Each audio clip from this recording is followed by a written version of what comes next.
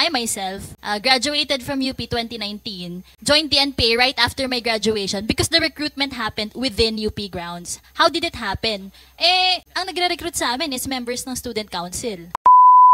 A month after, I was recruited into Kabataang Makabayan. 6 months after, I was recruited into the Communist Party of the Philippines. Raul Manuel was chairperson of College of Arts and Sciences, UP Visayas. They were very proud no, na maraming mga estudyante ang namamatay as NPA. Na they were proud na alumni nila yon. No? I can only name a few. I think student ng UPC Len Dumanais na namatay bilang NPA sa Abra. Student ng UPLB, si Rona Jane Manalo, na kasamahan kong NPA sa Palawan. Namatay siya sa encounter, nabuhay ako. Magkasama kami sa encounter na yun. Sige nga, pakinggan natin, Ms. Kate Raka. You have the floor. Thank you, sir. Good morning, everyone. I was here also for the previous Senate hearing, and I think ngayon na nandito na Sir Agpawa, it's better to share what actually happened. So, I was a student of UP Diliman from 2014 to 2019. I believe we've met, sir. And, yun pa lang eh. Sige, I was recruited as early as 2014 by Alay Sining, UP Diliman. Connected talaga siya. As in, Alay Sining, UP Diliman chapter. And, you know who recruited me? Alay Sining? Alay Sining, UP Diliman. Recognized organization at the time ng UP. Okay. And actually, yung nag-recruit sa akin ay member ng College of Education Student Council, and that was Kevin Castro. If you know what happened to Kevin, he died in an encounter sa Pulilo, Quezon around 2018. So, these aren't allegations kasi I myself graduated from UP 2019, joined the NPA right after my graduation because the recruitment happened within UP grounds. How did it happen? Ang nagre-recruit sa amin is members ng student council. And they use venues sa loob ng UP to conduct underground organizations using the name of student council, at the time recognized organization Anak Bayan, Alay Sining, no. We use these university venues, the halls of UP, no, to conduct underground activities. I remember one time member ng student council ang nagpa-reserve para magkaroon ng cultural night ang Kabataang Makabayan, which is illegal. No, it's an NDF organization operating underground. And you know what we did within UP grounds? No, as KM Cultural Night, we collected support from students na ipapadala namin sa NPAs. And that's happening no inside the universities. And you know, these aren't allegations because I was there. And how do these organizations remain to be recognized? I don't know at present, no, if recognized pa tong mga organizations na to. I think before, nung nasa UP ako, nagkaroon ng issues na hindi ma-recognize yung mga frats na involved sa violence. Pero, what about these organizations, no, na inciting violence? I remember way back, no, Anak Bayan and LFS conducted pagpupugay. I don't know if you know that. But, they were very proud no na maraming mga estudyante ang namamatay as NPA, na they were proud na alumni nila yon, no. I can only name a few. I think student ng UPC Len Dumanais na namatay bilang NPA sa Abra. Student ng UPLB, si Rona Jane Manalo, na kasamahan kong NPA sa Palawan. Namatay siya sa encounter, nabuhay ako. Magkasama kami sa encounter na yon. Sino pa ba? JC Alberto ng UPLB. And I know them because we all previously worked as student council. I was then counselor of College of Education Student Council. Raul Manuel was chairperson of College of Arts and Sciences, UP Visayas. And sino pa ba? Kevin Castro, chairperson namin. There are lots of students, no, members of student council who eventually joined the NPA. And that's not that's not cut off na after nila mag-UP saka sila nag-NPA. No, they were recruited while we were inside. No, and how did this happen? Kasi nga, these organizations are doing this no, within UP grounds. No. Some of them recognized. At the time, recognized ang Alay Sining UP Diliman. Kaya nakakagamit kami ng mga venues ng UP na kapag apply kami ng permit for activities within UP. And what I think I don't know if alam to ng mga professors or what, pero we conduct educational discussions na ang nilalaman is armed revolution. No? And it's not just the theory. Theory lang ng, hindi siya theory lang ng armed revolution. No, what we are being taught inside the universities is armed revolution currently launched by CPP-NPA is correct. Activity yan ng anak bayan, ng alay sining within the universities. They just use the name. Kate, may we know kung yung activity na yun, sanction yun ng school? Yes. They allowed open discussion, pero they don't really pag nagpunta ka talaga doon, the title of the activity is Philippine Society and Revolution. So, kung sige, di-discuss lang siguro nila yung history, blah, blah, blah. Pero in the end of that, yung, MKLRP yan maikling kurso sa lipunan at revolusyong Pilipino. And what is the conclusion of that is you have to agree na you support armed revolution launched by the CPP-NPA. No? That's part of indoctrination in our ako doon nagsimula yung recruitment ko. Kasi if you agree to that, in my case, when I was a freshman, I attended this educational discussion called Maikling Kurso sa Lipunan at Revolusyong Pilipino. And I showed parang agree, or I think at that time, open-minded ako na parang, I think what they're doing is right. Kasi what they're telling me is, it's needed, it's necessary. After that, apparently, assessment pala yun, na if a student, I was then 16 years old, 2014, if I showed at the slightest hint na agree ako sa armed struggle being launched by the NPA is, nasa pool of recruitment na ako for underground. A month after, I was recruited into Kabataang Makabayan. 6 months after, I was recruited into the Communist Party of the Philippines. And by 2018, I already joined immersion into NPA camp sa NPA Lucio de Guzman Command sa Mindoro. When you were recruited sa CPP, estudyante ka pa Yes. Doon sa loob ng UP Diliman? Yes, sir. Sino nag-recruit sa'yo? Kevin Castro. Kevin Castro. He was a spokesperson of the National Youth. Andyan pa ba siya? Andyan pa ngayon? Patay na, sir. Patay He na. died as an NPA in Polillo Island, Quezon. Okay. Please continue. So, yun. I think marami akong naging, after ko ma-recruit, kapag kasi ang isang estudyante is from this organization, na Alay Sining, they recruited underground from Alay Sining, by Alay Sining members. Recruit sila into KM, kasi si Kevin, Alay Sining siya nun. Parehas kaming Alay Sining. Pero after our activities sa Alay Sining, nirecruit niya ako sa KM. And eventually, dahil receptive ako sa KM and active ako sa activities na binibigay sa akin ng KM, nirecruit niya ako sa Communist Party of the Philippines. And yung Communist Party of the Philippines sa loob ng UP is binibigyan kami ng tasking to recruit more.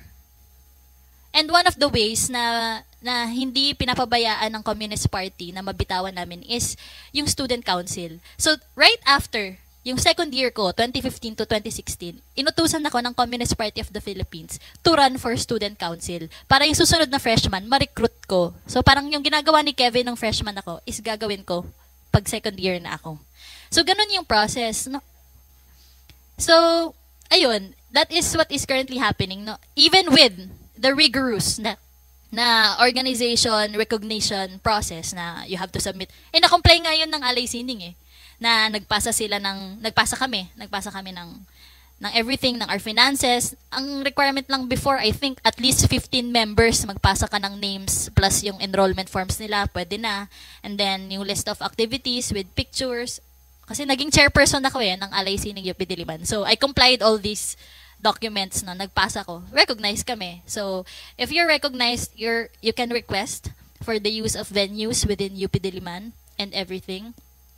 Pero, we weren't really doing what we were saying we were doing. Hindi naman talaga, yun lang yung ginagawa. Kung ano yung pinasa namin, hindi lang yun yung ginagawa namin. So, yun yung way, kung sinasabi ko to ngayon para marinig ng ating mga administrators ng universities, how we do it, despite everything that you've said, na you're one with us, you are our partners, we all do not want more students joining the NPA. Kasi ako, it's something personal for me, kasi all those names I mentioned, those were my friends. no, who died during I was only kami, no, maswerte lang kami na no, we survived through our NPA stint, no, pero you know, we're here to tell you how it is done, so we can work together to actually, you know, if we can't really stop it, then at least, you know, make it difficult for them to recruit our students into the armed movement. Kasi you can say that these are allegations, but it's true. Because I can speak for myself and for those I have recruited. I think this also happened, if you think this only happens in state universities, it's not. It happened in UST, LaSalle, and FEU. And I can say this because by 2018, nilabas na ako ng komite ng CPP sa UP sa National Youth and Students Bureau. Yun ang bureau ng Communist Party of the Philippines na nakatutok sa recruitment between national universities. So, para lang magka-idea kayo. That includes the Big Four schools, UST, LaSalle, Ateneo, and other members of UAAP. So, naput ako sa Indoctrination Bureau, so yung ED Bureau ng NYSB, o National Youth and Students Bureau ng CPP. And pinag-supervise ako ng indoctrination for UST, LaSalle, and FEU. And one of the members ng UST, Anak Bayan, na also na-recruit into NPA. So if you think this only happens in in state universities, may na-recruit din ang CPP into NPA sa UST. And she's still currently active. NPA sa Northern Samar, Irish Rodriguez. I don't think identified na siya kasi nung nakita ko yung mga wanted posters dun sa kumalat na NPA ako recruitment video ng Northern Samar, unidentified pa si Irish eh. Pero siya yung short-haired girl doon. And I recognize her kasi nakatrabaho ko siya nung indoctrination ako ng NYSB sa UST. So, yun. I'm here to tell you how it happened. How they persist even with all these rigorous processes for organizations to exist in UP. And I'm here to, kung pwede ngang nahihirapan nga yung mga fraternities na mag-apply sa organization recognition gawa ng meron silang issue ng hazing. Bakit kaya pa ring ma-recognize ng Anak Bayan given na yung activities nila is very proud sila na yung alumni nila ay namamatay as NPA. And that's public knowledge. Hindi naman yan mahirap i-research. Search na lang yung Facebook page nila at nagpo-post sila doon ng mga pagpupugay kay Kevin Castro dahil namatay siyang NPA. Terrorist organization na nga NPA. And they're proud na yung members nila ay napupunta doon. Isn't that enough para hindi sila i-recognize? I don't know how I can help you as UP administrators. But here I am telling you how it happened. Para, I think, ma-understand. Thank you, Kate. Any response sa Professor Agpawa? Agpawa? Agpawa. Kulang lang na sa Kate. Yeah, it was misspelled. But okay. Yes, Senator, those points were duly noted, and we'll look into these. I think we will have to do a review of our current guidelines on student accreditation and the way they conduct their activities on campus. Do you think disaccredit mo yung mga sinabi niya na organization? Like, ano yun, sabi mo Kate, Alay Sining, very clear, gagaling from isang dati NPA, former NPA yan nagsasabi sa'yo, Alay Sining, you're the one accrediting, right? Sino nag-accredit? Yes, Senator, one of the offices. One of the offices na nag-accredit nitong Alay Sining. So sinabi na ngayon dito ngayon, can you promise this committee that you will do the appropriate action? Yes, Senator. We, following what Ms. Raka said, we'll have to, I think, conduct due diligence in looking into these allegations and see what we can do as a university to correct what's wrong, if there's any. Yeah, diligence. Also, part of your due diligence is to listen to her testimony, right? Yes, Senator, that's correct. And those points were duly noted. Salamat, Professor Agpawa. I would like to acknowledge Yussi Cardema. If you want to say something, you have the floor, sir.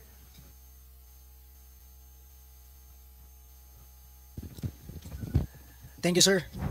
Thank you Wait, for you have the permission, sir, because I need to leave by 12. I need to attend the graduation in Cavite. Regarding the National Youth Commission, our mandate is to enjoin the Filipino youth towards nation building. Ang ibang pangalan ng NYC Law is Youth and Nation Building Act. Kaya kung makikita nyo yung batas namin at mandato namin sa NYC, talagang kailangan namin yayain yung mga kabataang Pilipino na mag-participate sa government programs or mag-create ng activities para makatulong sila sa taong bayan. For example, ito, principles of the NYC Law, promotion and protection of the physical, moral, spiritual, intellectual well-being of the Filipino youth. Inculcation in the youth of patriotism and nationalism. Encouragement of youth involvement in character building and nation building. Sa tingin ko, hindi lang bilang National Youth Commission Chairman, bilang isang dating UP Diliman, ROTC Corps Commander, ang aking asawa, doon ko rin nakilala sa UP, ang aking kapatid, doon rin galing sa UP. Ang problema, ang pagkakamali, minsan natotolerate natin.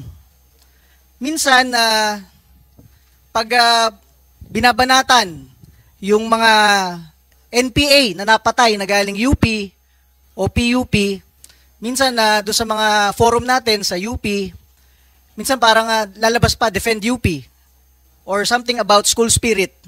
It is not regarding school spirit. It is not regarding the achievements of the university.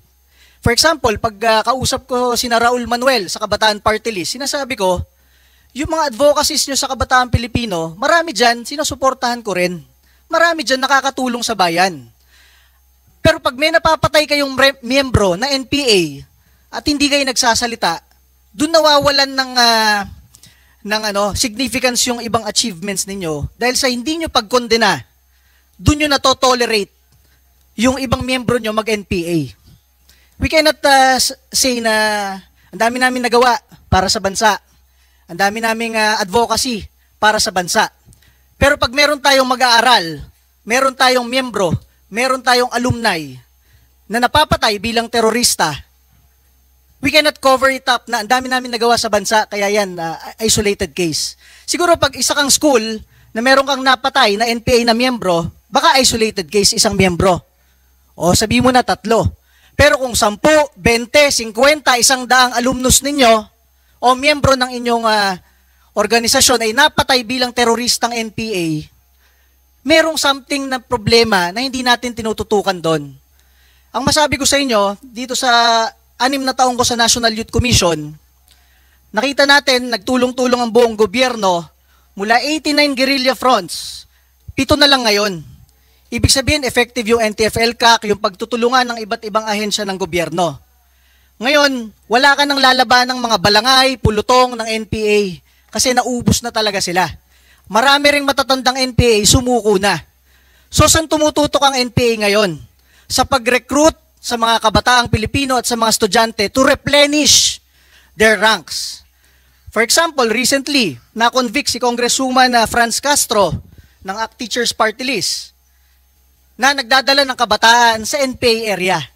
Hindi ako yung nagsabi na NPA area yung pinagdadalahan. Yun mismo sa RTC decision nakalagay, dinadala yung kabataan in the middle of the night sa NPA area, endangering their lives. Doon na lang, mag-iisip tayo. Wala naman sigurong ganun kabobo dito sa hearing na to sa Senado. Puro matatalino pinapadala dito. Saan ka nakakita na 2 kongresista, hating gabi, nasa bundok, anong ginagawa nila doon? May kasamang bata sa NPA area. Pwede nating i-exaggerate. May freedom of travel, may freedom of speech and everything. Anong ginagawa ng 2 kongresista? Nagdadala ng bata sa kabundukan na merong NPA in the middle of the night. Kaya nagtaka yung RTC doon, kaya nila kinonvict for endangering the lives of the Filipino youth. Pangalawa, yung kina Raul Manuel. Pag-usapang NPA na, nahihirapan na rin siya makipagdebate. Kasi hindi niya kinokondena. For example, tong Akbayan, sa 6 na taon, kinokondena ako na Akbayan. Pero hindi namin sila kinokondena. Bakit? Wala naman nanggagaling na NPA sa kanila eh.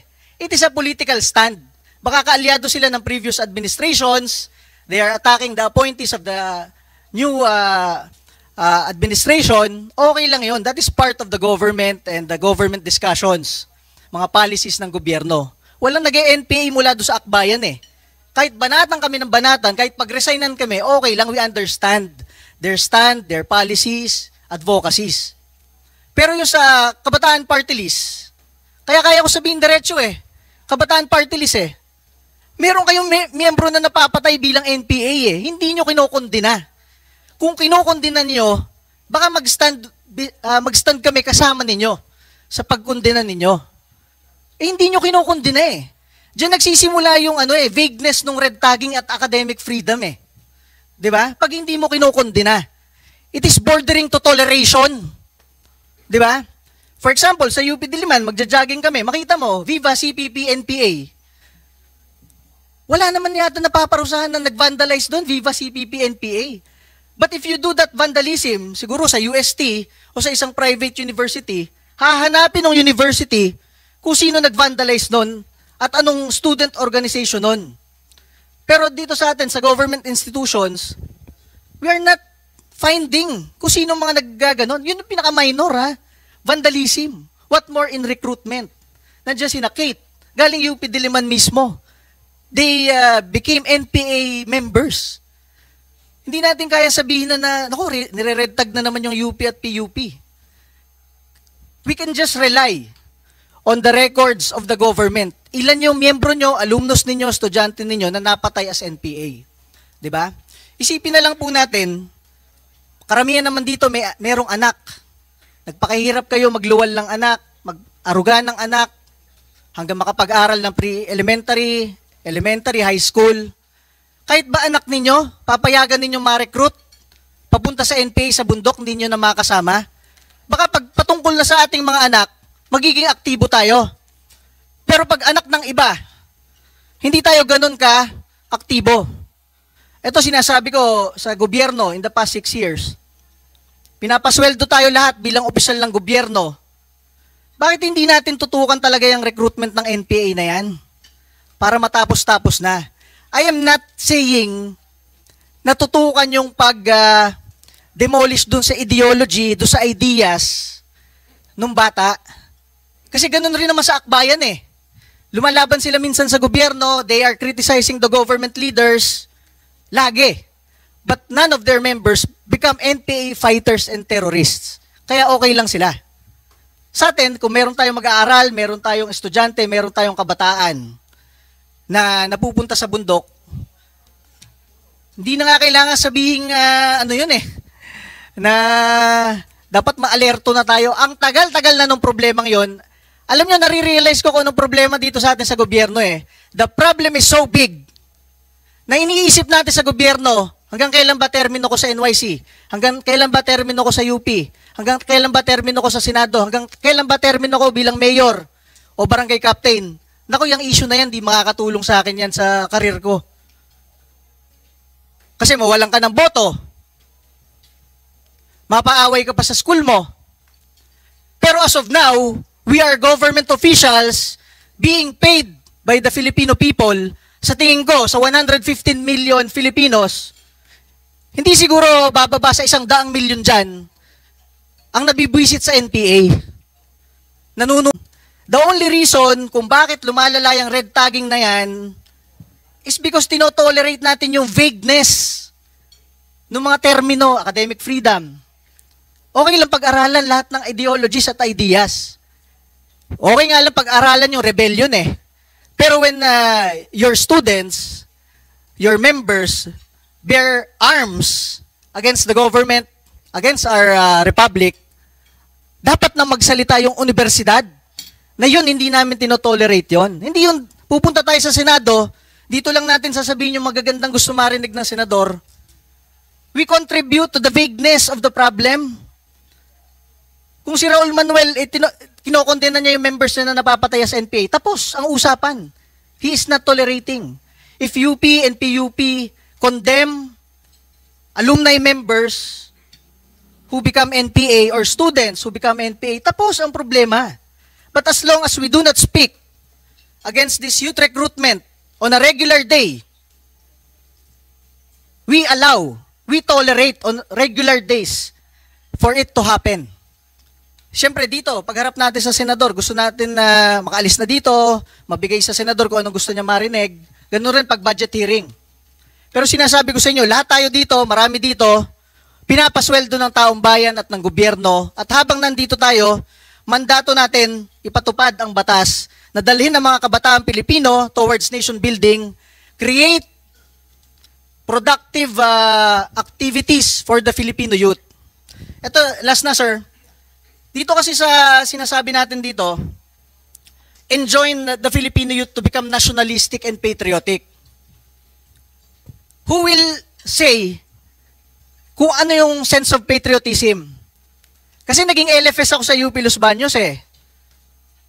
Pwede natin sabihin na ang pag-bear ng arms is a very patriotic act. Kaya nga sasali sa Kabataang Makabayan eh. KM eh, Makabayan nga eh. Who will tell those students that those activities are not really nationalistic, patriotic, and contributory to nation building? Magulang? Paaralan? Ako sinasabi ko na ngayon, dapat merong mag-draw the line doon sa mga activities ng mga mag-aaral. Hindi doon sa ideas, kahit doon na lang sa pagkondena. Ang tanong ko, kinokondena ba ng mga paaralan, yung mga alumni na nag-NPA? And lastly, bakit sa lahat ng state colleges and universities, bakit meron tayong D&D accord with UP and PUP? Alam nyo, ito nakaka-contribute dyan eh. Bawal pumasok yung government troops sa UP o sa PUP. Dati nga may naghahasa sa UP Diliman, kailangan pa magpaalam ng PNP bago makapasok. Nandun na yung naghahasa, nandun yung bangkay, malapit sa checkpoint ng UP Diliman. Why, bakit tayo merong ganong accord? Eh nagagamit yan, naabuso yan ng ibang NPA. Pag bumababa sila sa metropolitan area, syempre doon sila tatambay sa area na hindi pwedeng makapasok ang tropa ng gobyerno. How come na meron tayong government-funded institutions na bawal protektahan at i-secure ng tropa ng government? Diba? Yun lang po ang sinasabi ko. And yun po, madami ako masabi dyan. Kaya lang for the past 6 years, talagang pagod na ako dito sa issue na ito. At tinuturo na nga ng mga dating rebelde, nagaling rin sila dito sa school natin. Ayaw pa natin talagang tutukan kung sino yung nagre-recruit dun mismo sa campuses natin. Yun lang po. Umani naman ito ng iba't ibang reaksyon mula sa ating mga netizens. Ayon kay Luis Francis Navarro, UP admin should be accountable for all the students who were recruited and eventually died. Pahayag naman ni Benny Almocera, bakit hindi pa isara ang UP Diliman? Matagal ng pugad yan ng NPA recruitment. At ito naman ang saloobin mula sa ating kababayan na si Raquel Sapungan. Dapat po kasi lagyan ng presence ng mga pulis at sundalo sa lahat ng campus lalo na sa UP. Mga kababayan, feel free to comment below para maglabas ng saloobin sa balitang ito.